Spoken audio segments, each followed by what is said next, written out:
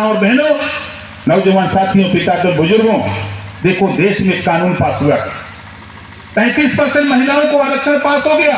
पता नहीं आने वाले 6 साल के बाद देश में 33% आरक्षण महिलाओं को होने जा रहा है। हमने अगर चेता नहीं, कल फिर धोखा खाएंगे। राजनीति में हम धोखा खाएंगे। इस नाते आपके घर में जो बहू पढ़ लिख रही है, पढ़ लिख के आई है जो बहू, उसको भी राजनीति में उतारो। जो तेरी बेटी पढ़ लिख रही है, उसको भी राजनीति में ले आओ, ताकि कल जब 33% रिजर्वेशन 100 एमएलए में 33 महिलाओं को चुनने का मौका मिले, तो हमारी भी बहन बेटियां जीत करके लखनऊ दिल्ली की पंचायत में जाने का काम करें। इस नाते तैयारी करो। कानून बना है, कोई बताएगा नहीं आपको। आज बड़ी समस्या है प्रदेश में। यहाँ जितने लोग आए हो, आप बताओ, बिजली के बिल से कितने लोग परेशान हो? जरा हाथ उठाओ।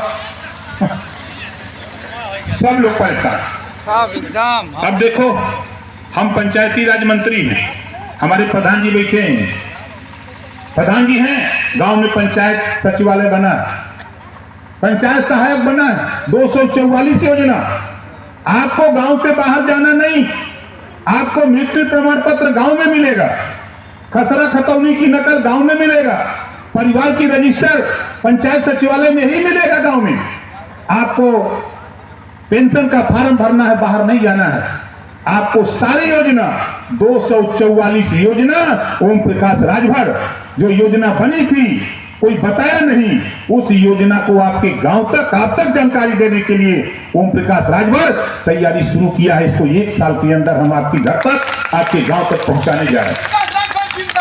ये काम क्यों सोच रहा हूं? क्योंकि आपको पता नहीं क्या योजनाएं बन रही हैं। और बिजली, अब आपके घर पे छत पे पावर हाउस लगेगा। मोदी जी ने एक योजना बनाई, कोई नेता बताते ना, खाली वोट का बात, खाली वोट का बात होता। एक योजना बनी है आपके छत पर, सूर्य घर मुफ्त बिजली योजना है नाम उसका। हम उसको आपकी भाषा में, अपनी भाषा में बोलते हैं। आपके छत पर सोलर पैनल लगेगा, उससे बिजली आपके घर में सप्लाई होगी। ट्यूबलाइट जलेगा, बल्ब जलेगा, फ्रिज चलेगा, कूलर चलेगा, पंखा चलेगा। आप चाहो तो ट्यूबवेल भी चला सकते हो। ये व्यवस्था देश में कानून बना है। उस कानून की जानकारी हमको आपको नहीं।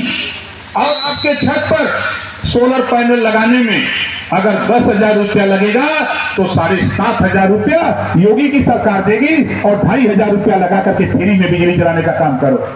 ये काम भी आपको पंचायत सहायक, पंचायत सचिवालय में ही कराऊंगा। इस पे भी हम लोग काम शुरू किए हैं, चर्चा हो रही है। हर 15 दिन पर हम अधिकारियों को घेर रहे हैं।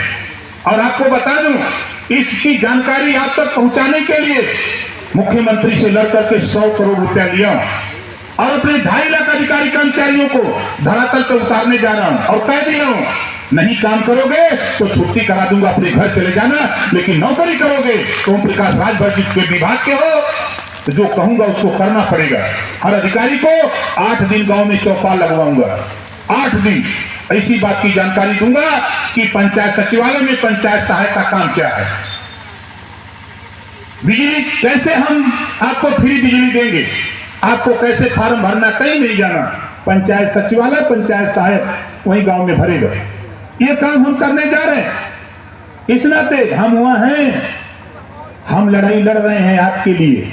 अभी लगभग 3 महीना पहले एक योजना मेरे मन में आया कि गांव में जाने पर शिकायत मिलती थी कि लोग कहते थे कि बीडीओ, सीडीओ, डीडीओ, प्रधान, सेक्रेटरी, बाबू हमरे पल्ले पैसा नहीं है, हमें आवास ना मिले। तो मेरे मन में कसक थी।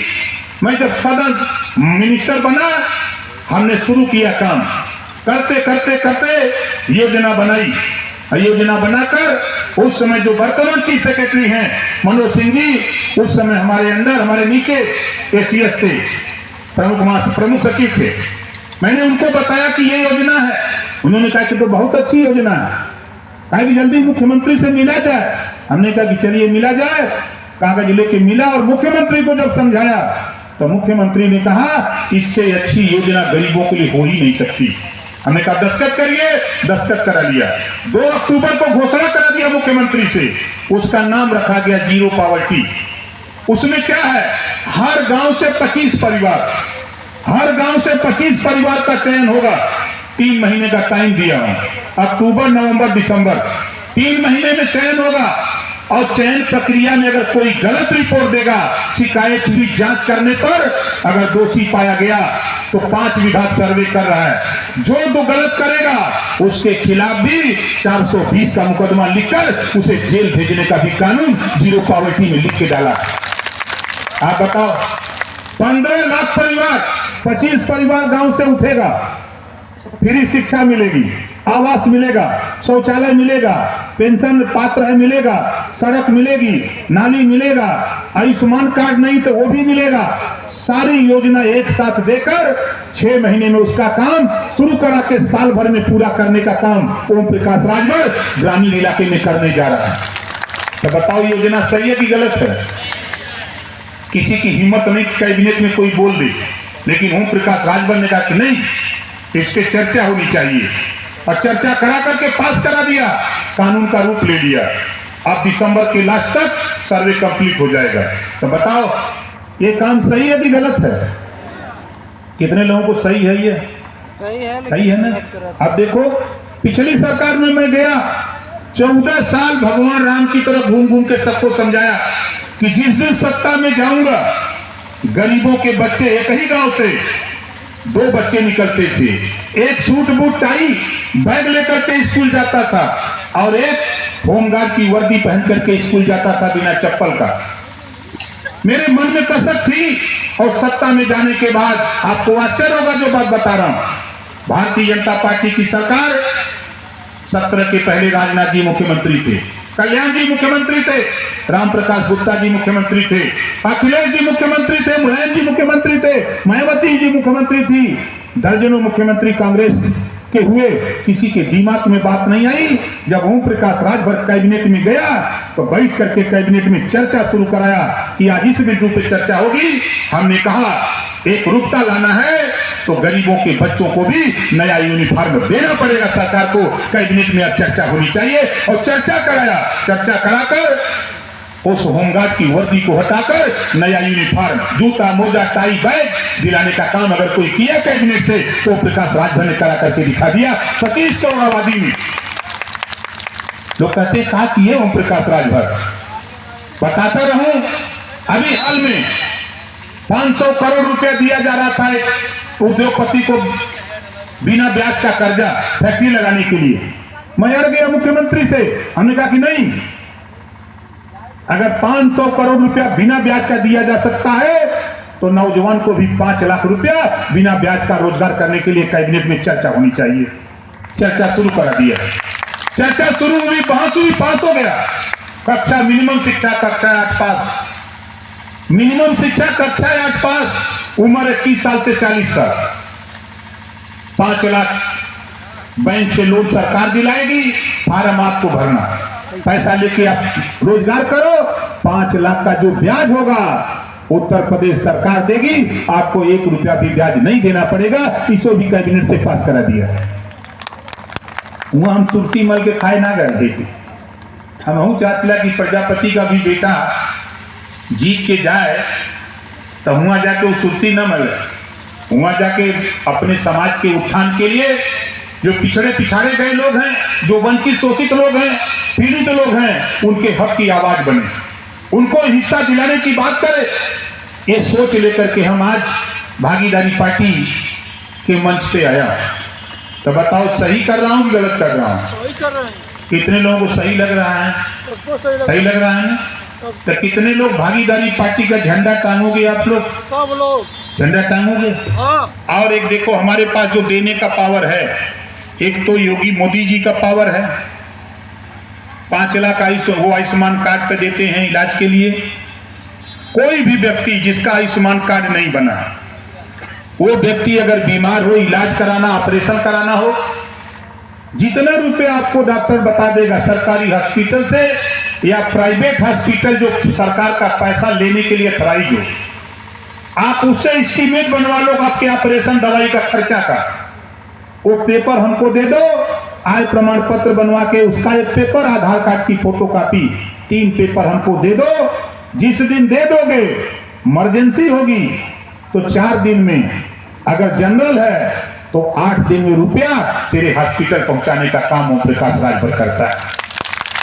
53 करोड़ 62 लाख रुपया 7.5 साल में गरीबों के इलाज के लिए दे दिया।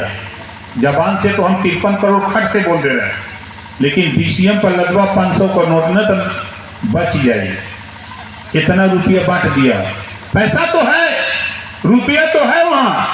हम ये बदे समझाओ कि भाई प्रजापति जी लोग, जहां रुपया बा वही बगलियां हम पहुंच गए हैं। जब बक्सा योगी जी खोलल ना तो हम बोले कि कुछ इधरों आवत है। यही सब हम काम करते हैं।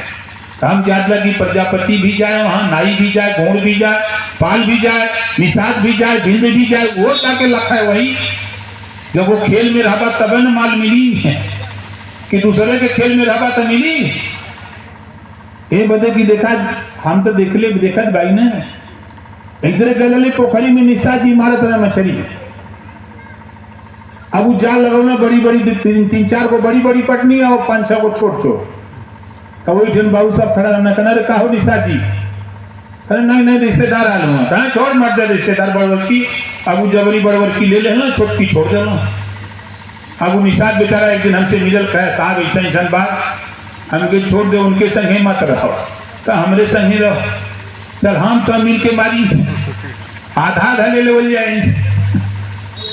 तो कहते सही है नेताजी, हम तोरे संग में रहो। कन्हैया निषाद है बजा के स्वागत करा। तो मकसद साथी हमारा कहने का तात्पर्य आपसे सिर्फ इतना है कि आज हम आपके बीच में जो आए हैं उसके पीछे मकसद हमारा सिर्फ इतना है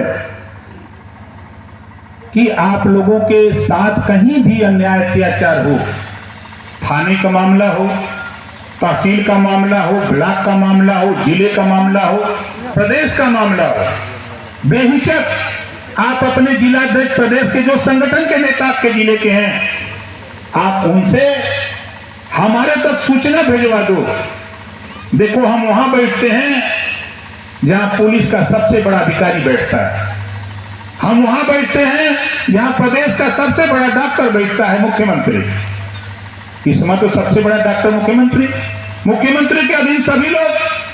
हम वहां बैठते हैं जहां सभी विभागों के प्रमुख सचिव बैठते हैं, हम वहां रहते हैं जहां चीफ सेक्रेटरी रहते हैं।